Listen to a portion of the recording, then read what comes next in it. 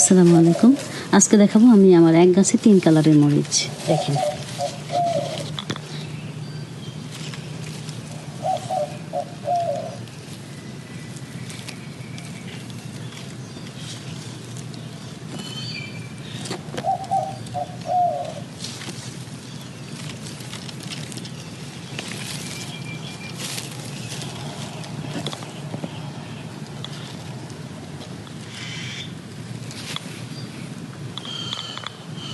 এই গাছটাতে খয়েরি কালার, রেড কালার আর হচ্ছে এই যে সবুজ কালার।